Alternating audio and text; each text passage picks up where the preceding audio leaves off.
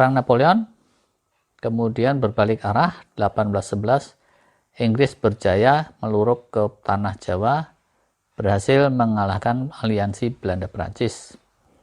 Sejak itulah Jawa keseluruhannya jatuh ke tangan Inggris. Gubernur Jenderal Inggris lumayan terkenal, namanya Raffles. Dia memaksakan pola kolonialisme gaya baru ala Inggris.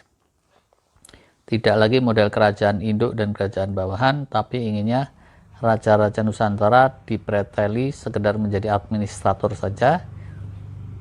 Pola pemerintahan digantikan dengan pola karesidenan yang lebih modern. Ini sebetulnya sangat menyinggung perasaan para bangsawan, tapi para bangsawan cuma berani ngedumel, yang berani berontak cuma Jogja.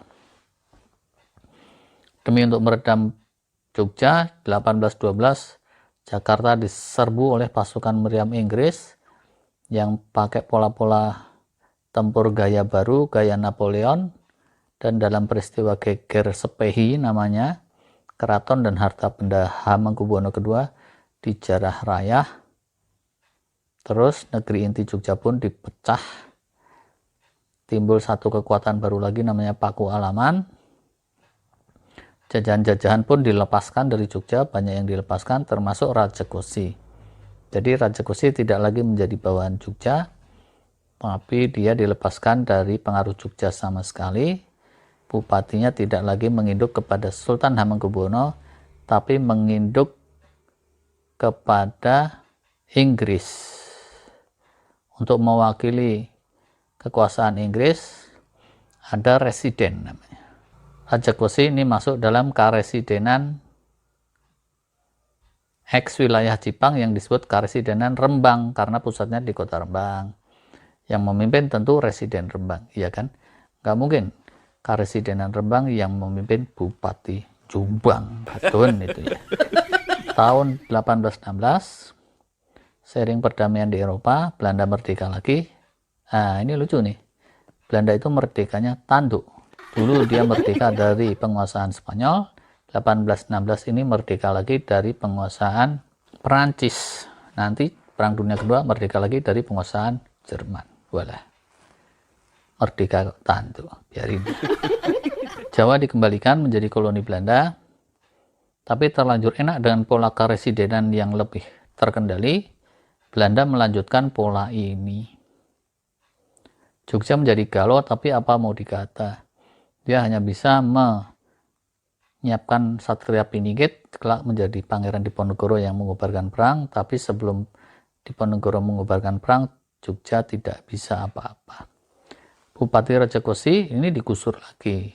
Bupati lama yang dinilai pro rakyat malah ditangkap, dipenjarakan di Semarang. Terus dan terus ini kejadian lagi ya, sampai dengan 1827 Bupati Rajakosi itu gonta-ganti beberapa kali, kejadiannya selalu seperti itu. Di awalnya dia pro Belanda, lama-lama dia jadi pro rakyat, berjiwa merdeka dan anti Belanda.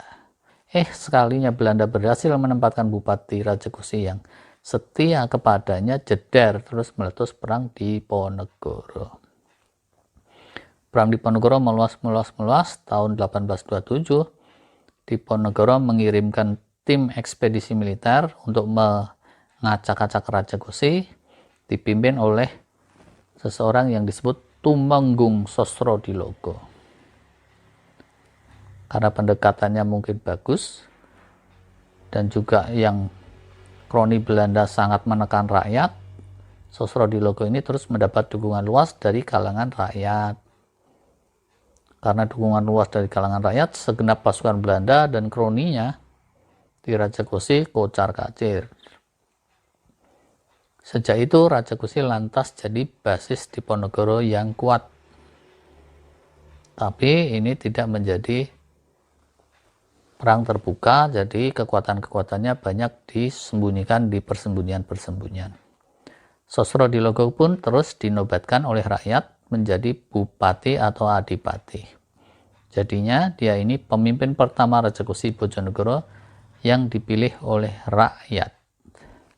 Hebat ya, sudah ada pemilihan oleh rakyat pada tahun 1827, ya kan? Sepanjang 1827 1828 pertempuran terus-menerus terjadi dengan sengit. Walang juga ada tuh yang sengit. Walang sengit. Masakan juga ada yang sengit, ya kan? Beberapa kali pasukan gabungan yang dikirim Presiden Rembang dan Belanda gagal mengalahkan pasukan Sosro-Dilogo yang bergerilya. Sampai kemudian Belanda mengerahkan kekuatan ekspedisi besar-besaran, formasi lengkap, ada pasukan meriam, ala perang Napoleon segala, prajurit profesionalnya ada 2.000 orang, gabungan dari Belanda, Kroni Jawa, Ambon, Halmahera, dan Madura, ada infanteri, kavaleri, dan artileri, didukung logistik yang kuat. Raja Gusi terus digempur habis-habisan kantong demi kantong. Kemungkinan pada era saat inilah dibangun juga jembatan untuk keperluan militer itu, yaitu yang menghubungkan antara Cepu dengan Bojonegoro. Oktober 1828 akhirnya Tumenggung Sosro-Dilogo menyerah kalah. Kalau menurut Hikayat Diponegoro dan cerita Ketoprak, Sosro-Dilogo hilang kesaktian karena sempat colak-colek sama cewek-cewek Tionghoa di Lasen. Nah, tapi kena ngapus lagi itu kalau percaya pada cerita Ketoprak. Kalau melihat fakta militer, kekuatan penyerangnya memang jauh lebih dikdaya. Sementara wilayah Raja Gusi Bojonegoro itu hanyalah tanah datar yang sama sekali tidak terlindung oleh benteng alam atau apa. Tempat ngumpet juga terbatas.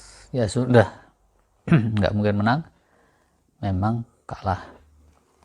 Tapi bagi Belanda dan kroninya itu kemenangan yang mahal dan bikin marah. Saking marahnya Belanda, Oktober 1828 segenap alun-alun Raja Gusi dihancurkan, penduduk banyak yang jadi korban. Ibaratnya ini seperti pembersihan laram di masa Airlangga di abad ke-11. Nun 8 abad sebelumnya. Sejarah berulang.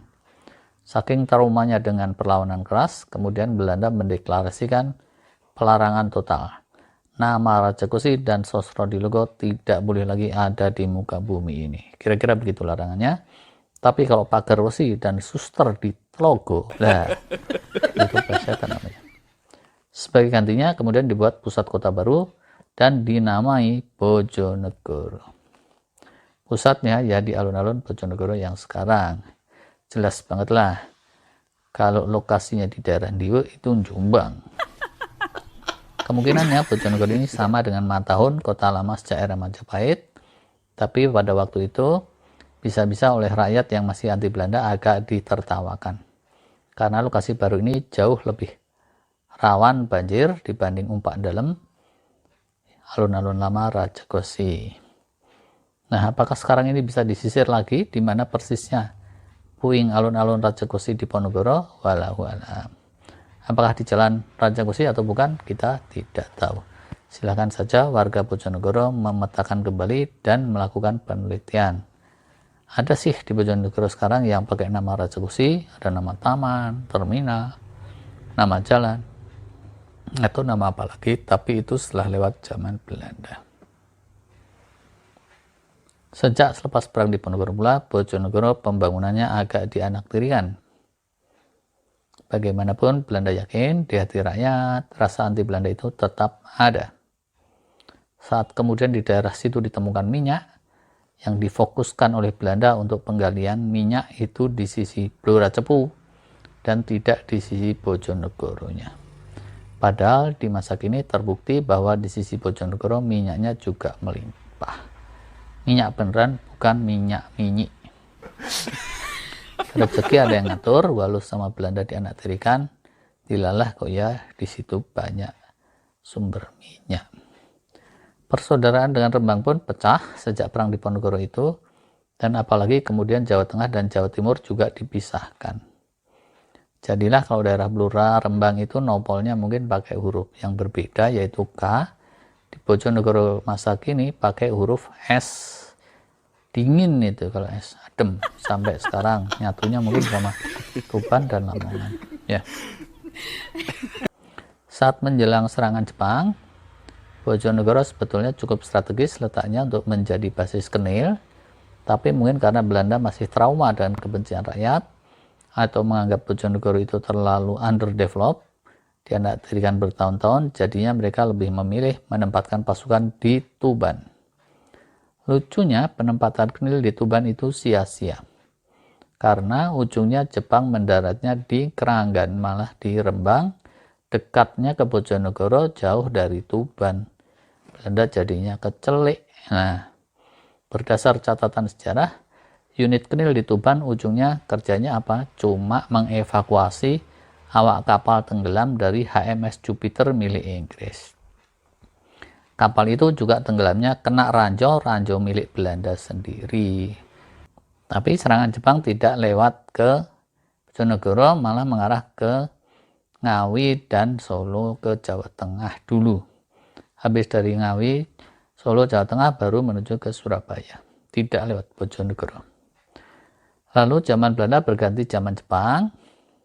Konon katanya para haters Belanda itu relatif agak disayang-sayang. Antara lain Bali, Lombok, Aceh. Kemungkinannya Bojonegoro juga termasuk yang disayang-sayang. Bojonegoro sempat kemudian dijadikan pilot project untuk intensifikasi pertanian zaman Jepang, tapi sebaik-baiknya zaman Jepang gimana sih? Begitu mereka kegenjat sekutu, nggak seberapa juga bisa kasih manfaat untuk rakyat. Selanjutnya, setelah Indonesia merdeka, Bojonegoro juga sudah tidak ada lagi kaitan dengan kerajaan-kerajaan Jawa sampai sekarang. Dasarnya dari sejak zaman Inggris 1812, dia juga sudah lepas. Untuk beberapa lama pembangunan Bojonegoro juga agak lamban karena posisinya di jalur alternatif, bukan jalur pantura yang utama. Apalagi setelah minyak di Cepu menyurut, makin jadi sepi. Walau begitu, ada beberapa tokoh nasional yang asalnya dari Bojonegoro. Jenderal Basuki Sudirman yang sempat jadi gubernur Jawa Timur beberapa lama itu juga orang Bojonegoro. Contohnya satu aja. Tidak semua laki-laki bersalah padamu. Dangdut bener itu lagunya. Dasar rezeki, kemudian Banyu Urip Bojonegoro ke arah Padangan ditemukan cadangan minyak yang jos gandos. Jadilah Bojonegoro sekarang menjadi kota minyak yang pesat pertumbuhannya. Minyak beneran, sekali lagi, bukan minyak mini atau minyak kelentik. Entah sampai kapan, suatu ketika tentu cadangan minyak itu akan menipis seperti rambutnya aki-aki. Nah, bila Bojonegoro ingin tetap jaya, mestinya dari sekarang habis-habisan membangun talenta-talenta, kader-kader umat yang sebaik-baiknya. Itu teladan dari Rasulullah seperti itu. Beliau membangun umat habis-habisan, tapi membangun masjid, membangun infrastruktur secukupnya saja. Jangan malah dibalik, jalan dibeton, rumah dibeton, jembatan dibeton, terus betonnya malah dimakan. Loh, gurih itu kalau bedokan beton ya. Ini sudah panjang bingit, begitulah ceritanya riwayat Bojonegoro. Kalau ada salah-salah kata, mau nambahi atau mengoreksi, silahkan komen di bawah. Yaitu di bawah sini, bukan di bawah meja.